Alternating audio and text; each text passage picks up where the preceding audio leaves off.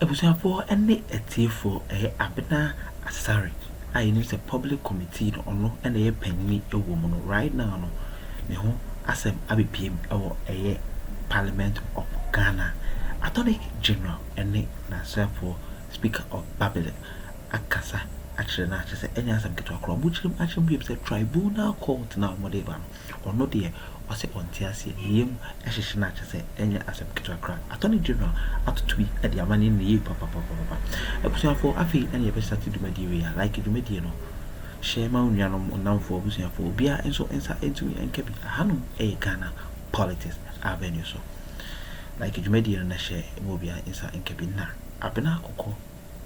Asari, ese onte ase Abena Asari Public Committee a penny is onte ase Emma Tribunal Court no bills near the other no more famba out and as over pussy against the onte ase adentia or because a mamma may fee NPP ewa amabuso financial minister Diana or an assistant or Shana Siana within a cheap a kin of reacting who are on and on na Abena Asari.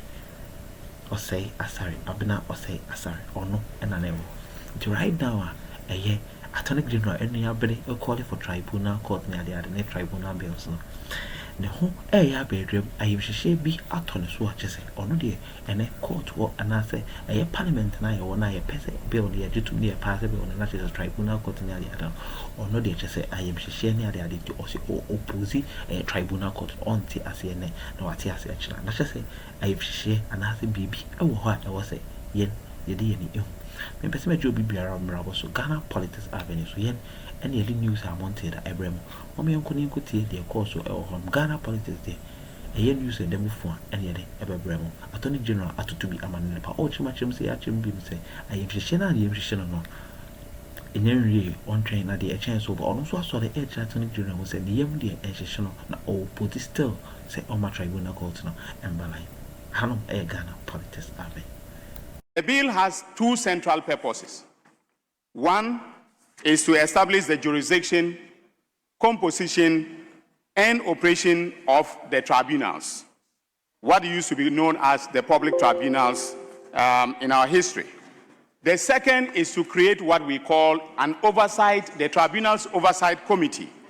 And Mr. Speaker, I'm sure from the report of the committee, it will be made abundantly clear that the rationale for the Tribunals Oversight Committee is to ensure that the tribunals are monitored and evaluated and reports sent to the Judicial Council for purposes of ensuring that they operate in tandem with this statute and Chapter 5 of the Constitution dealing with fundamental human rights.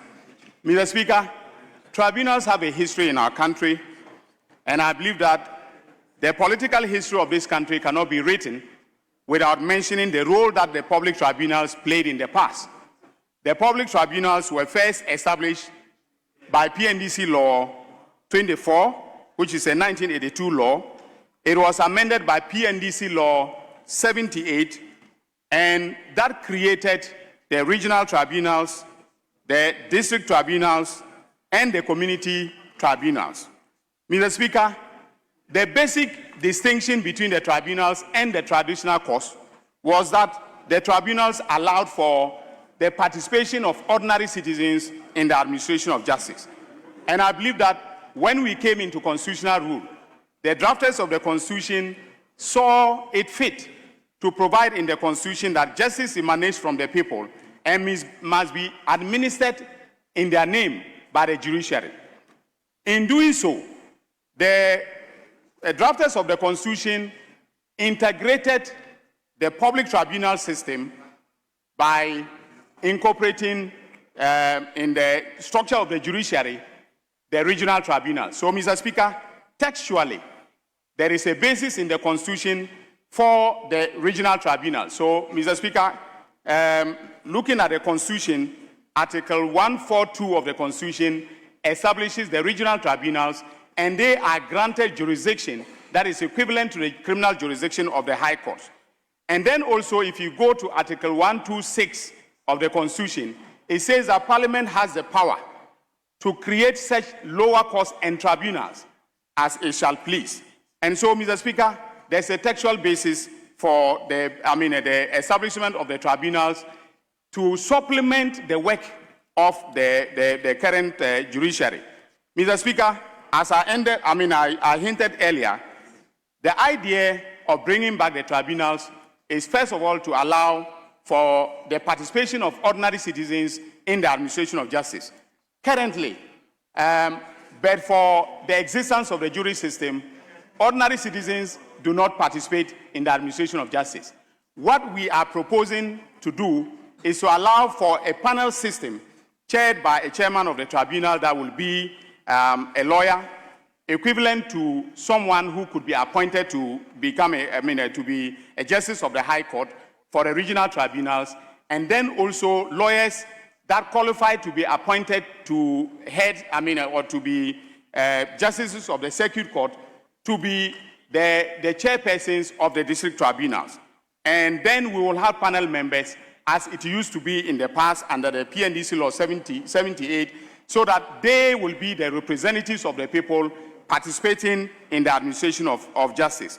So, Mr. Speaker, let me end by saying that there is a certain concern that has been expressed, and I saw this very clearly when I was interacting with the committee on why this a bill should be brought to the floor of Parliament, and why the tribunals system should be reintegrated into the judicial system. Mr. Speaker, a lot of people express the concern that the excesses of the past that were associated with the tribunals will be brought back into play. In fact, one contribution that was made on the committee, which stood out for me, and Mr. Speaker, you were there that day when we were debating the issues on the committee. One issue that came up was that the tribunals were very arbitrary and capricious in the manner in which they administer justice. And in fact, the example that was given was that there was a panel member of the public tribunals that was a blind man, that is disabled, visually impaired person, anyway. So, as a panel member, this visually impaired person used to physically examine accused persons that were brought before the tribunal, and that he will put his hand on the stomach of the person, examine them, and if the person had a pot belly, he would come to the conclusion that the person had embezzled public funds. Oh.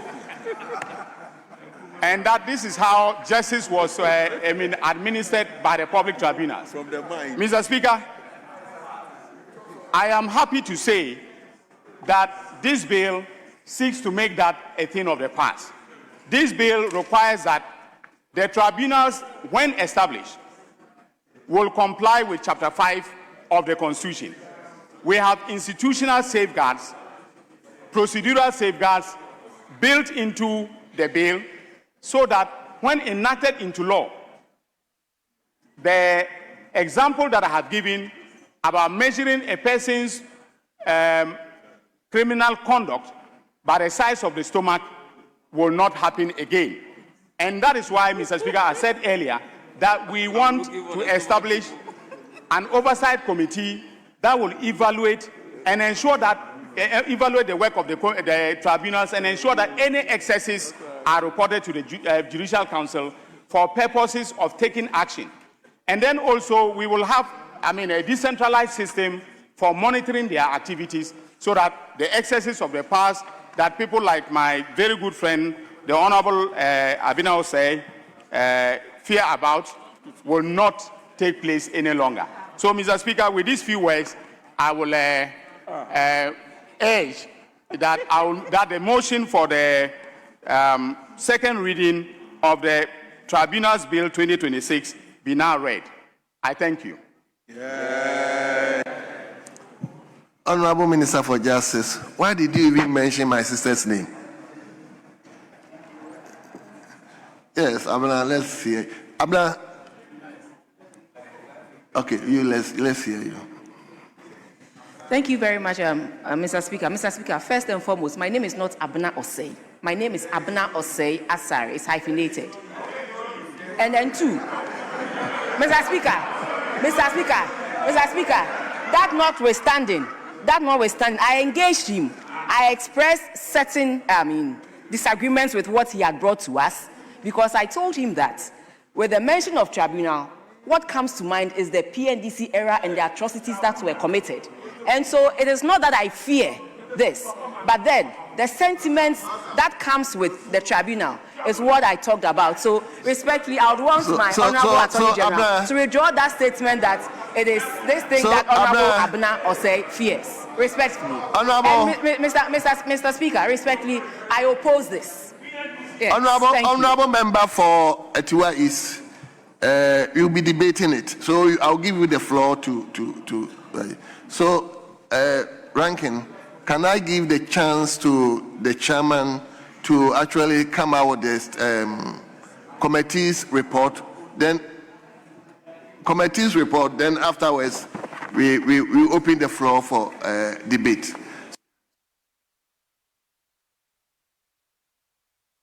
Honorable members, I will cede the chair to the Right Honorable Speaker to come and chair over this particular session. But before then, the chairman, you may take us through the committee's report.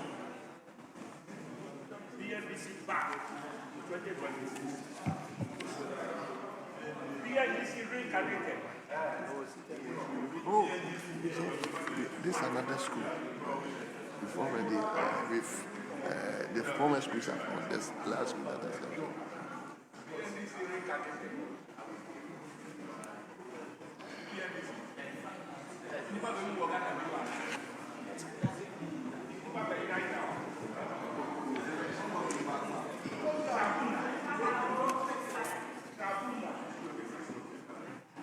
Honorable members,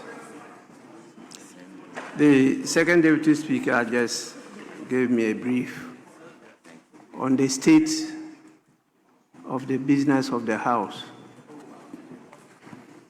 Let me just say this before I proceed.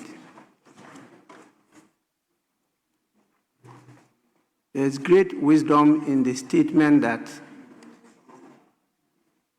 more haste, less speed.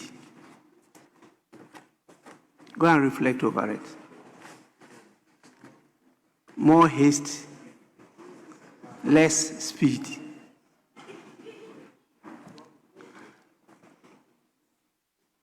So, Mr. Chairman, you've been called upon to present your report.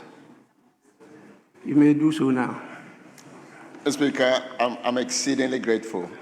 And taking it from the quotation you just gave us, more haste, less speed. Mr. Speaker, thank you so much. We will reflect over it as the days go by. Mr. Speaker, I'm happy to present the committee's report, having heard from the Honorable Minister for Justice and Attorney General. Mr. Speaker, the Tribunal's Bill 2026 was presented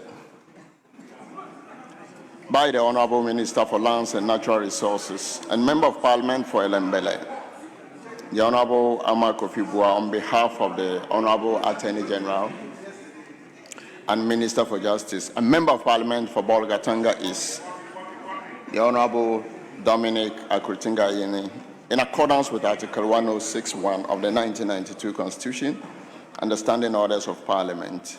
The Right Honorable Speaker subsequently referred the bill to the Joint Committee on Constitutional and Legal Affairs and Judiciary for consideration and report in accordance with Article 106(4) of the Constitution and Orders 165, 238, and 256 of the Standing Orders of Parliament. The Joint Committee met with the Attorney General and Minister of Justice and the technical team from the Office of the Attorney General to consider the bill. The committee expresses its profound gratitude to the Minister for attending upon the committee's work and providing useful insights. Now, Speaker, may I just go to the concluding part of the report, and I urge the Hansard Department to capture the entire report as if it was read in extenso. After careful consideration, the committee is of the view that the bill will provide enormous benefits as espoused by the Honorable Minister for Justice through the system by promoting access to justice and reducing the backlog of cases. The business committee. Ordinarily, we could have waited till tomorrow, but you know that Friday has been declared as a day when we will not be sitting, and tomorrow is Thursday. So we thought that as part of our plan as a business committee, we agreed that we want to pass these two bills this week, because the week after we will be going into mid-year budget review, and thereafter we'll be debating the mid-year, and we might end up not having space to pass the various bills before us. So business committee is proposing that we have about 5 bills before us, and so we must clear at least 2 bills this week. Next week we must clear at least 2 bills, and then the last week after mid-year review, we'll be left with just 1 bill. And in fact, we have even more than 5, because we also have the Constitution Amendment Bill, which is the private members bill. Then we also have the interstate succession, which is also a very important social transformation legislation. So we want to push the bills as fast as possible. So if you will bear with us, let's do that. Very well. So, yes, Chairman of the... Speaker, on that note, may I humbly second the motion? And in doing so, Mr. Speaker, may I just present the report of the committee? No, this procedural motion. This procedural motion, so just second it and... Speaker, I rise to second the motion. Very well. Honourable members, this is procedural, so I'll put the question, and the question is as many as are in favor of the motion listed 31 in today's order paper, say aye. Aye. All those against say no. Honourable members, the ayes have it. The motion is adopted. We will now take 32. Now 32. Yes, Minister. Right, Honorable Speaker, I beg to move that the Tribunal's Bill 2026 be now read a second time.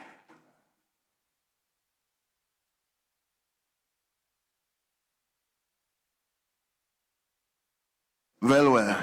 So, will you give us the memorandum and the reason behind before the chairman present the committee's report?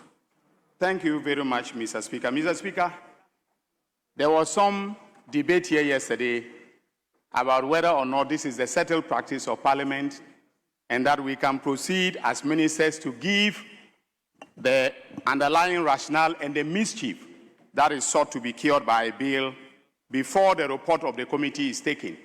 So I was minded to take a cue from what happened yesterday, but if you give me the permission, I will proceed to give the basis for bringing, the legal and constitutional basis for bringing this bill to Parliament. Mr. Speaker, Ghana politics, the political trending news, the echo, and the ever, and the tuja, near the bread more, a better for any for insurance will be a ha, and a bread among Quaysam from Muncie. With the OBBS and Afenyo, my son, Macron, the Demosia, who wants some can be a fashion comment section or near church room.